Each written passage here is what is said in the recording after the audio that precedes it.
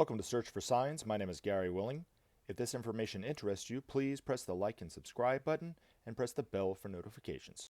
Have had some really good conversations with my good friend Marc from California, and I wanted to kind of switch gears with him and talk a little bit more about the Masters of Wisdom and Maitreya, not so much in terms of politics, because he's my political go-to guy when it comes to political events and different things like this, because you have such a wonderful perspective on those things. But I know a lot of people like to hear about the Masters of Wisdom, and that's why they turn to this channel and stuff like this. But anyway, so you have known about this story since, I can't remember, it was the early 80s, was it not?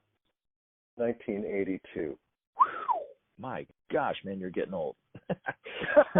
I'm kidding. No, that's spot on. But anyway, so you of course knew Benjamin Creme and heard his side of the Masters of Wisdom, how they're returning back into the world and everything like this. So, in terms of your view. Well, let me ask you this question, because people ask me this question all the time, and I have my answer for it. But why do you think Maitreya has not been recognized on TV that much? It's a complicated question. The underpinning is that I don't really know the extent to which he has or has not been recognized. I know people that are absolutely convinced that they have seen him. Oh, really? But, oh, yes, and I don't know that that's been verified. I do know that he has, consistent with what we have heard all along, he has appeared on these television broadcasts, not necessarily alone, but perhaps as part of a panel, or sometimes 2 or 3 people, or perhaps alone, or with an interviewing host, always incognito, as it were, because, consistent with what we've always been told, he is looking to generate, first and foremost, a response to what he proposes, essentially sharing, justice, right human relations, equality, the elimination of dire poverty and deprivation in a world of plenty, in a world with a 10% per capita surplus of food and resources. He's looking primarily for people to resonate with that message in their hearts and in their minds. He's only secondarily concerned with the other things. He knows who he is, you know. Mm-hmm. So it isn't about him proclaiming himself. He wants to see that we're on board with this message, that we see the absolute and critical necessity for altering our ways of life so that we can move into a more just future. So you kind of actually, I know I threw that question out as a curveball to you, and you kind of threw me a curveball back by your response and your answer. Okay. So I only know of one person who's convinced that they saw him on TV. So just out of curiosity, how many people do you know that have said, oh, yeah, I think I've seen him on TV, or I'm pretty sure, I'm really sure, or whatever?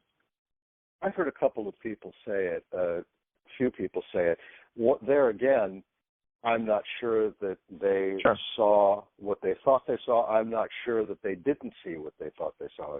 I have no way of verifying it. Sure, I understand. But this is just one of the methods he has been using, and it's a difficult question to answer because people, as you know, Gary, always say, well, if he's who he is, why didn't he just show up in a white hat and take control? Well, yeah, exactly. Because it violates the spiritual principle of human free will. Absolutely. But also, going back again, we've got to want it, you know? The human race has got to begin to act like big boys and girls, knowing that it can make responsible decisions for its own future. He's here, as he said, to guide and teach, but he's not going to just snap his fingers. He has said, I am the architect only of the plan. You, my friends, are the willing builders. We have to do this. We made the mess, right? Mm-hmm. Absolutely. I mean, None of the masters, as you know, Gary, none of the masters has any further need to incarnate on this planet. They are free.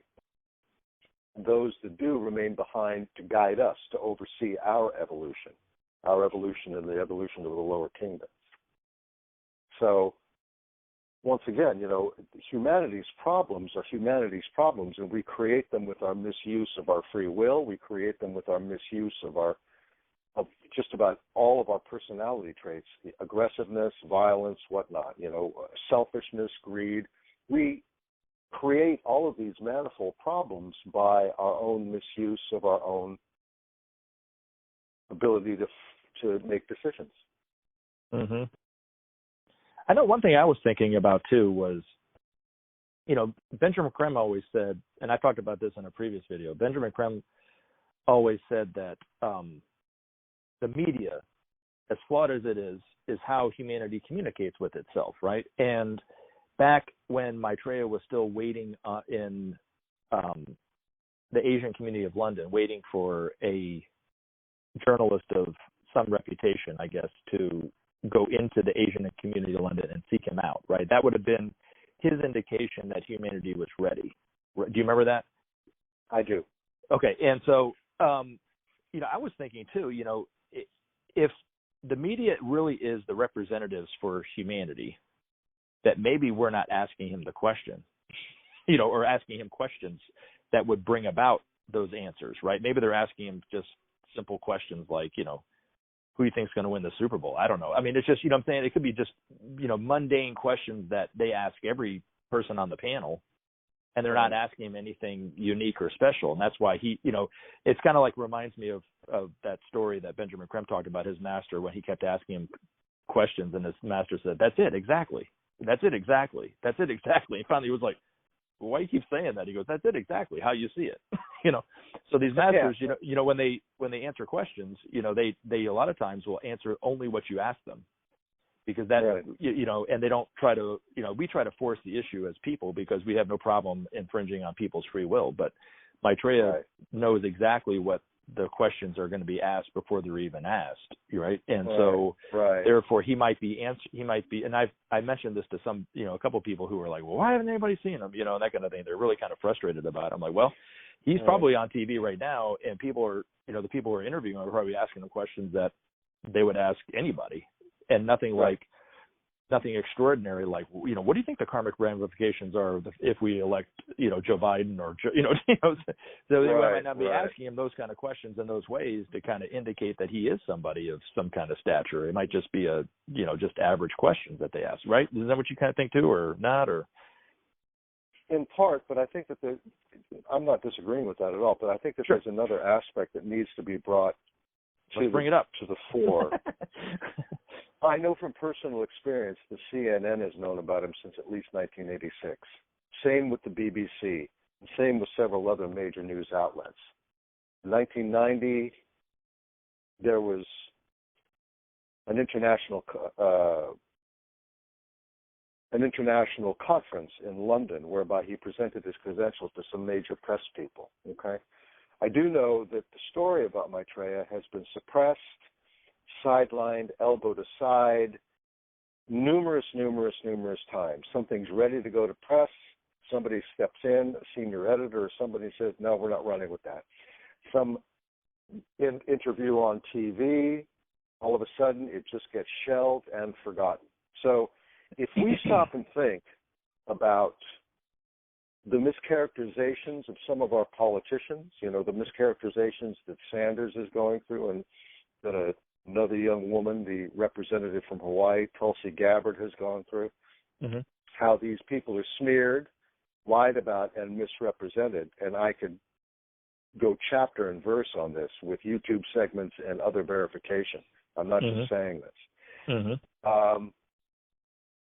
If we know how, well, I'll tell you, the press, let's go back. I mean, let's go back and look at the stories we were told about the assassinations of John Kennedy, Robert Kennedy, and Martin Luther King.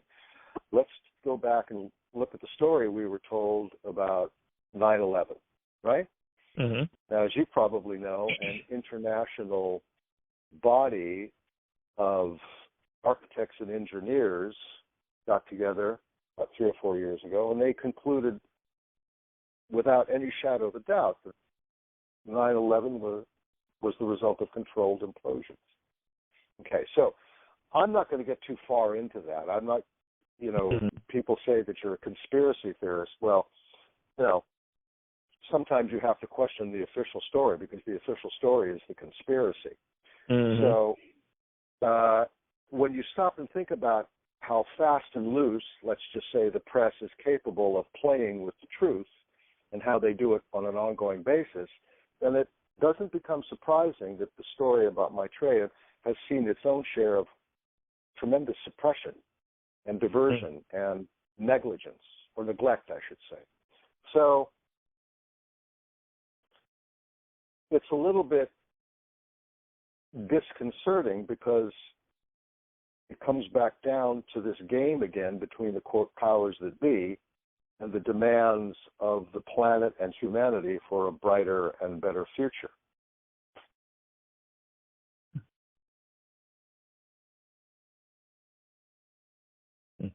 Yeah. So, in my view. Yeah, so you think he might also be incognito because of the fact that he's just trying to get the information out there without people really even knowing it's him? I really don't know. I can't speak to that. Okay. It's interesting. Like a lot of people, I'd like to just see him come forth, but it's not my call, It's a little more complicated than I understand, so, Exactly. Okay. All right. That's interesting. That's an interesting side that I hadn't been thinking about in terms of,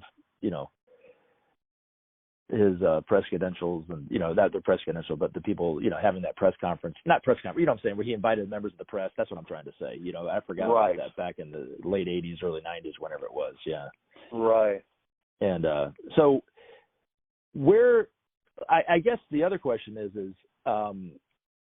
where do you see the world in the next year?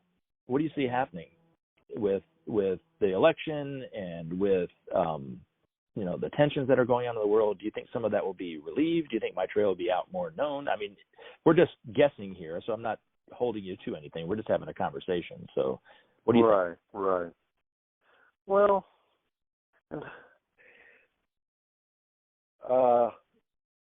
the DNC and the powers that be, as is provable, are already going out of their way to do everything they can to derail the Sanders campaign. We have, in the states where he wins, the votes are counted very slowly. In South Carolina, the press called the election for Biden in South Carolina with 0% of the votes counted. So, the things that we saw, the reprehensible things that we saw in 2016 are all happening again.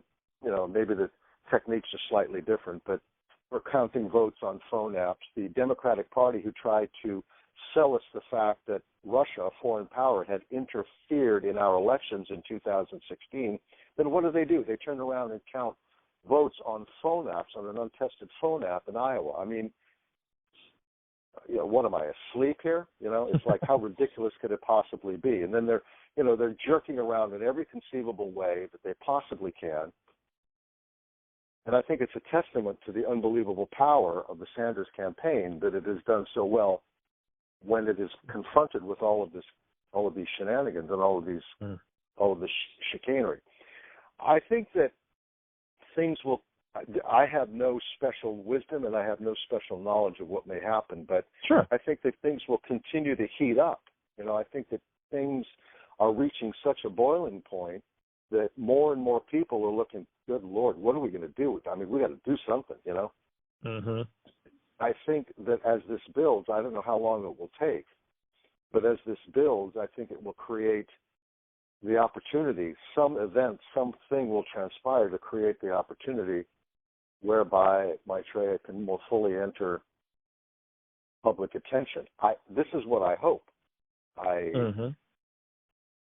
can't say anything for sure. None of us can. Yeah, sure, of course. Yeah. I always thought that it takes a lot of faith sometimes, You got that right. But and the longer I talk about this on this YouTube channel, and I read the people's comments, you can tell there's some people have known about this information for decades or more, or you can tell, I can feel the frustration in their comments, about why is it taking so long. But it really, like you said, it's all dependent on humanity. I think this could have been taken care of back in the 50s, had humanity been ready, but oh well. Well, if you stop and think about the suppression by the mainstream media, then, if a particularly sobering thought to me is, had it gone differently, for example, let's just say that it did, mm-hmm. we would have been perhaps 30 years into a new world now. There would have been no Rwanda, no Darfur, no Bosnia, no 9/11, no Iraq, no Afghanistan, no Libya, mm-hmm. any of the problems that humanity has created for itself, including wars, terrorism, disease, dispossession, all the greatest hits of tragedies that beset us. Maybe even no Keeping Up with Their Kardashians too. That show might not have even been on the air. Oh God, that's a major tragedy. Anyway, I'm sorry. We might have been 30 years into a more sane world. We might have, if whatever Maitreya and the masters could not completely prevent, mm-hmm. and they probably would have been able to completely prevent most of those things. Whatever they could not completely prevent, they could vastly mitigate, so that mm-hmm. the effects were far less destructive and far less horrendous than they were. So that for me is a really sobering thing, And you stop and look at our environment alone, and had we been more sensible, and had we not been so greedy about cars and everything and blah, blah, blah, blah, blah. If we had taken more concrete steps in the 1980s and the 1990s, we might not be facing this very critical environmental situation that we're facing. So across the board, and by the way, the fossil fuel companies have known that global warming was real for decades. We know that now. Mm-hmm. The most dramatic thing, I read this. I read an article on global warming in the New York Times, right? Mm-hmm. And it was a rather clinical breakdown, simple for the layman, but clinical breakdown of the effects of continuing to burn coal and what the eventual effect on the environment would be. The article is from 1912. So this has been known about, and obviously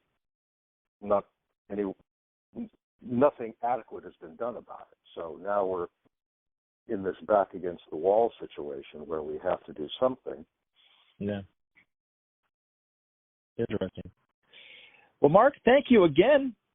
You are always a wealth of information. I really appreciate you taking the time to talk to us. Thank you, Gary. It's always a pleasure for me, and I appreciate. I've listened to a number of the segments of your shows, actually quite a few, and I always enjoy them. I'm glad you're doing what you're doing. Oh, you're very kind. Well, thank you very much. We'll talk to you again, okay, real soon. All righty. Take care now. All right, thanks, Mark. Remember to take action and help SOP save our planet. Thanks for listening, and we look forward to talking to you again in future videos.